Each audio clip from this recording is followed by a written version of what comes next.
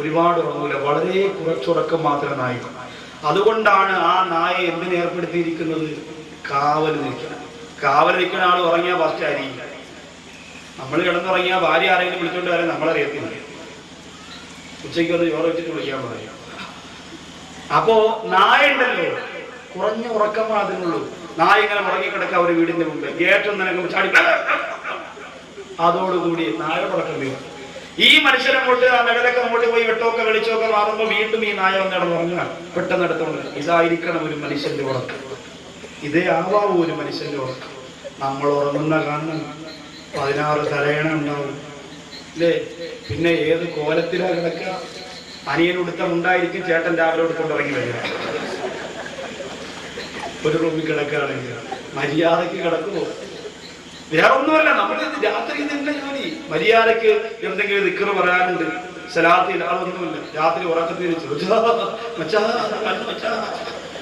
എന്താ പ്രേത സീരിയൽ 12 മണിക്ക് കണ്ടിട്ട് കിടന്നുറങ്ങുന്ന വാർത്ത, പിന്നെ ഇങ്ങനെ നിലവിളിച്ചില്ലെങ്കിൽ എനിക്ക് തോന്നും. അങ്ങനെയുള്ളവർക്ക് ഒരൊറ്റ ദിക്റേ ഉള്ളൂ, ഔദുബില്ലാ നിനക്കണ്ട ശൈത്താനെ നിനക്കെന്തവന് വന്ന എനിക്കെന്തിരെ ചെയ്തത്, ഒറ്റ ഊതരം കൂടിക്കൊള്ളു. ചെയ്ത്താൻ പോലും പരിസരത്ത് വരില്ല. രാത്രി ജോലി കഴിഞ്ഞ് വരുന്ന ഭർത്താക്കന്മാർക്ക് തലക്കുടിച്ച് വളരെ ജോലി. അപ്പോ രാത്രികാലത്ത് ഉറക്കത്തിന്റെ മര്യാദ നമ്മൾ ശീലിക്കണം. കുഞ്ഞുമക്കളെ വിളിച്ചെടുത്തിരുത്തിയിട്ട് അല്ലാഹുമ്മ അല്ലാഹുമ്മ ബിസ്മിക ബിസ്മിക അമൂതു വഅഹ്യ എന്ന് മക്കളെ കൊണ്ട് പറയിപ്പിക്കണം. ഉറങ്ങുമ്പോ പറയാനുള്ള ദിക്ർ അറിയോ മോനെ? അറിയോ? എന്താ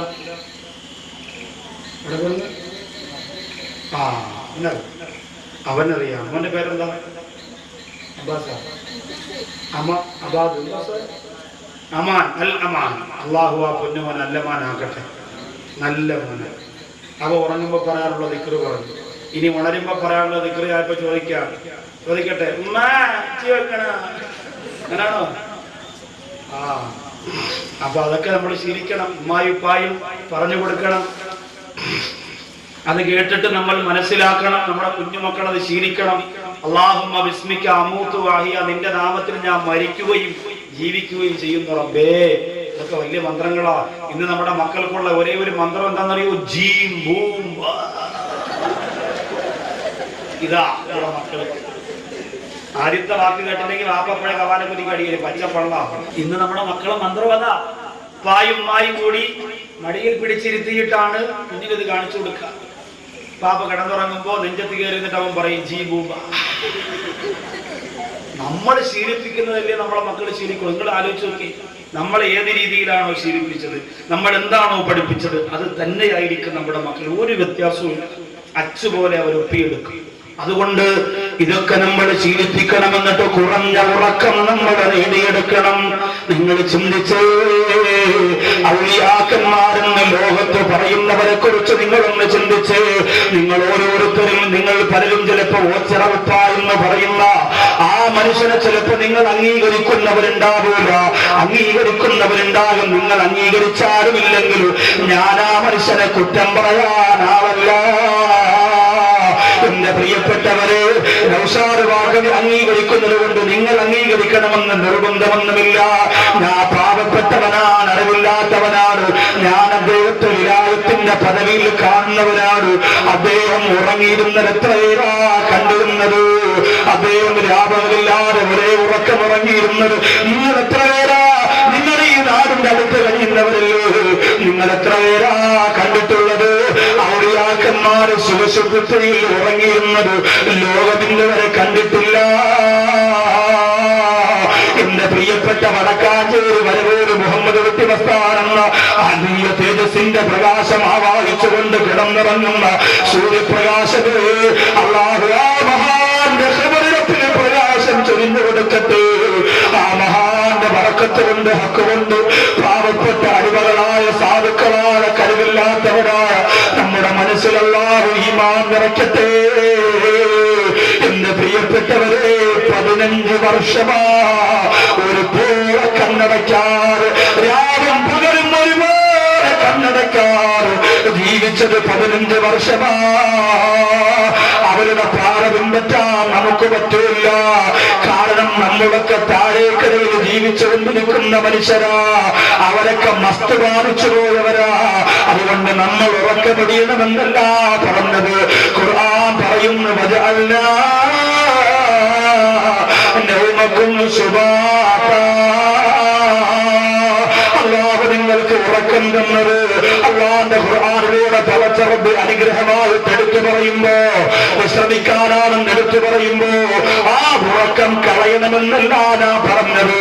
ഉറക്കമാണ് ഒരു മനുഷ്യന്റെ ജീവിതമെന്ന് വരുത്തി തീർക്കല്ലേ, ആവശ്യത്തിലുള്ള ഉറക്കമല്ലേ. ഇന്ന് ഡോക്ടർമാര് ശാസ്ത്രലോകത്തിന്റെ മാനം സ്വീകരിച്ചുകൊണ്ട് പറയുന്നത് 6 മണിക്കൂർ ഉറക്കം ഒരു മനുഷ്യന്റെ ശരീരത്തിന് അഭികാമ്യമാണ്. അതിനപ്പുറത്തേക്ക് നമുക്ക് ഉറക്കം വേണ്ട.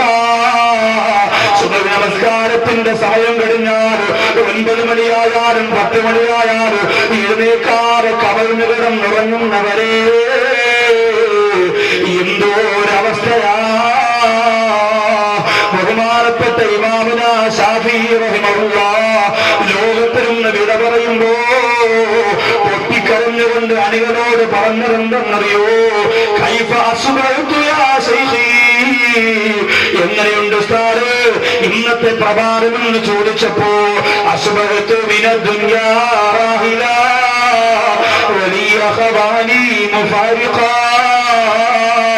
ولكأسيمني ابتسائما ولسوء أعمالي ملاقيا.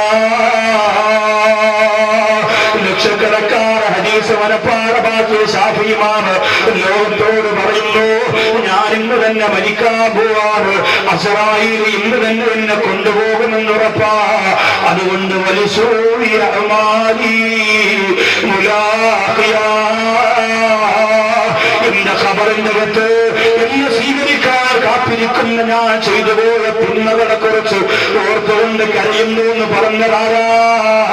7ാമത്തെ വയസ്സില് അല്ലാഹുവിന്റെ ഖുർആൻ മുഴുവനും മനപ്പാഠമാക്കിയ ശാഫിഈ ഇമാം, 8ാമത്തെ വയസ്സില് അല്ലാഹുവിന്റെ റസൂലിനെ സ്വപ്നം കണ്ട ശാഫിഈ ഇമാം, ലക്ഷക്കണക്കാറ് ഹദീസ് മനപ്പാഠമാക്കിയ ഇമാം പറയുന്നത്, ഞാൻ ചെയ്തു പോയ തിന്മകൾ എന്റെ ഖബറിന്റെ അകത്ത് കാത്തിരിക്കുന്നു എന്ന് പറയുമ്പോ എന്റെ പ്രിയപ്പെട്ട യുവത്വമേ, ബഹുമാനപ്പെട്ട ശാഫിഈ ഇമാം ലോകത്ത് ഉറങ്ങിയിരുന്ന രാത്രി വളരെ കുറവാ. നമ്മളോ സിനിമ കണ്ട് ഉറങ്ങിപ്പോകുന്നവര്, പാട്ട് കേട്ട് ഉറങ്ങിപ്പോകുന്നവര്,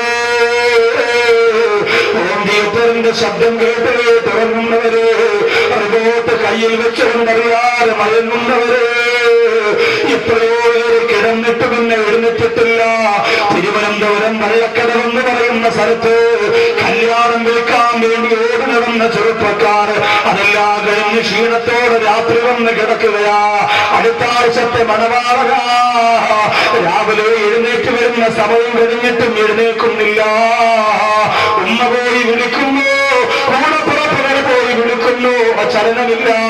തുറന്നു കിടന്ന ജനാലയിലൂടെ നോക്കുമ്പോ തന്റെ മകനകത്ത് തളർന്നു കിടക്കാണ്, ഫേന് കറങ്ങിക്കൊണ്ടിരിക്കാണ്, വിളിച്ചിട്ടനങ്ങുന്നില്ല.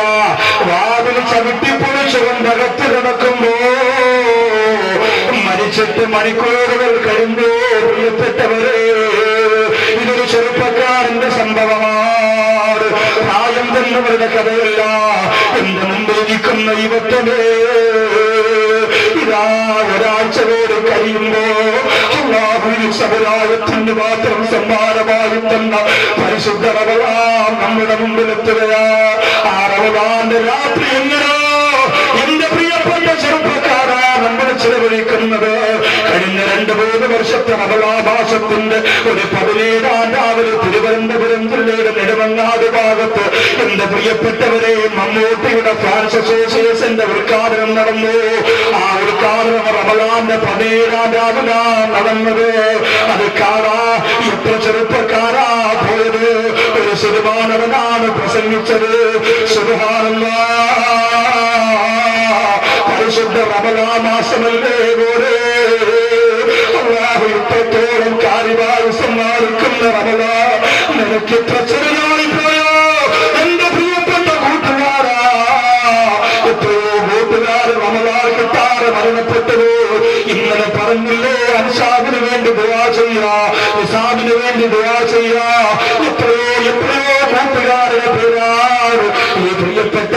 മനസ്സിന്റെ അകത്തുള്ളതെന്നറിയോ? അവരിലേക്ക് റമദാൻ പോയില്ലേ? അവർ റമദാനും കാത്തിരുന്നവരല്ലേ? അതുകൊണ്ട് എന്റെ കൂട്ടുകാരോട് പറയാ, കളിയും ചിരിയും അവസാനിപ്പിക്കാനുള്ള നേരമായി പ്രിയപ്പെട്ടവരെ, ഉത്സവപ്പറമ്പിൽ രാത്രികാലത്ത് പോയി ഉറക്കമറിയുന്ന ആ സമയങ്ങളെ മാറ്റി വെക്കാം സമയമായി പ്രിയപ്പെട്ട ചെറുപ്പക്കാരാ, അല്ലാഹുവിന്റെ ദീനിന് വേണ്ടി ഉറക്കമറിയ ഒരുമിച്ച് വന്നു എന്റെ പ്രിയപ്പെട്ട കൂട്ടുകാരാ. അതുകൊണ്ട് ഹസൻ ബസരി റളിയല്ലാഹു അൻഹു പറയാ, ഈ കല്ലെറിഞ്ഞോടിക്കുന്ന നായ ഉണ്ടല്ലോ, ഒരുപാട് ഉറങ്ങുന്ന ജീവിയല്ല, ഉറക്കം കുറഞ്ഞ ജീവിയാ.